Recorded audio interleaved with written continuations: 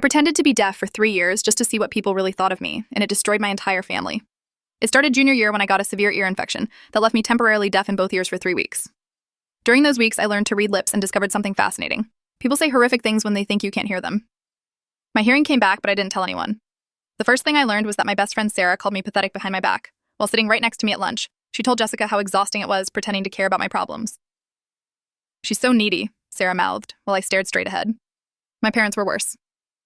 At dinner, my mom would silently mouth things like, "She's falling behind in everything." To my dad, he'd nod and mouth back, "It's probably just a face." But the real revelation came from my sister Emma. Emma was 2 years older and the golden child straight A's varsity soccer. Early admission to Stanford, I thought we were close. I was wrong. One night, Emma brought her boyfriend over to study. I was in the living room supposedly doing homework. They sat at the kitchen table where I could see them perfectly. "Is she always this pathetic?" her boyfriend asked, gesturing toward me. Emma laughed, "Pretty much. My parents baby her because she's the disappointment. They've basically given up on her being successful like me. Doesn't that bother you?" "Are you kidding? It makes my life easier. They expect nothing from her. Everything from me." I kept my face neutral, but inside I was planning my revenge. For 3 years, I documented everything. My parents had a betting pool with relatives about whether I'd graduate high school. My guidance counselor told colleagues I was a lost cause. Even my grandmother told my mom she was embarrassed to introduce me to her bridge club. The breaking point came at Emma's graduation party. The whole extended family was there celebrating her acceptance to medical school. I sat in the corner playing the part of the disabled sister. That's when I overheard my parents talking to my uncle. "We're honestly relieved," my dad said. "At least one of our kids turned out normal. We can focus our college fund entirely on Emma's medical school now." My mom nodded. "The deaf one will probably qualify for disability benefits anyway. We don't have to worry about her future anymore." They were planning to abandon me financially because they thought I was disabled. I stood up, walked to the center of the room, and clapped my hands loudly. "Can everyone hear that I asked clearly?"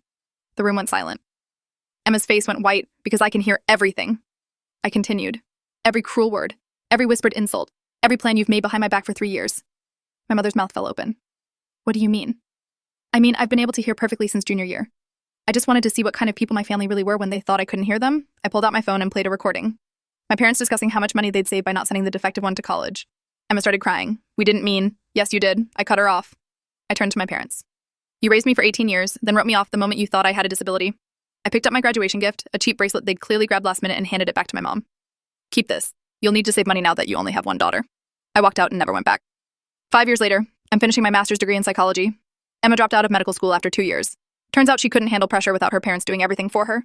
They've tried reaching out, claiming they misunderstood what I heard, but I have 3 years of recordings that say otherwise. Sometimes people ask if I regret the deception. The answer is simple. I regret that it was necessary, but I learned the most valuable lesson of my life.